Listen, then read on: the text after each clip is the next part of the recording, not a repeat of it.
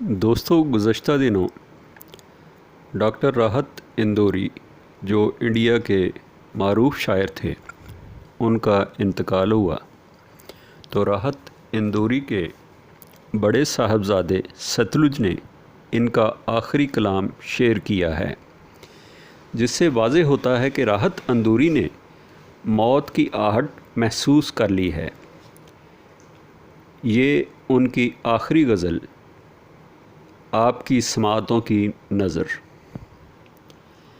نئے سفر کا جو اعلان بھی نہیں ہوتا، نئے سفر کا جو اعلان بھی نہیں ہوتا، تو زندہ رہنے کا ارمان بھی نہیں ہوتا۔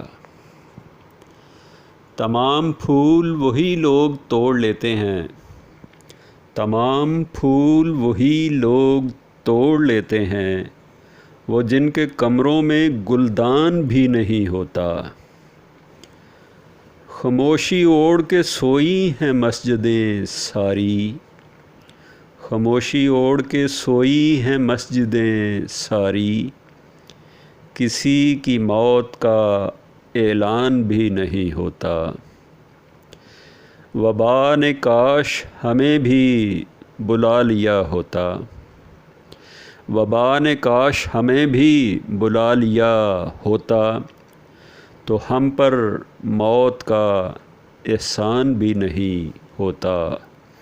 نئے سفر کا جو اعلان بھی نہیں ہوتا، تو زندہ رہنے کا ارمان بھی نہیں ہوتا۔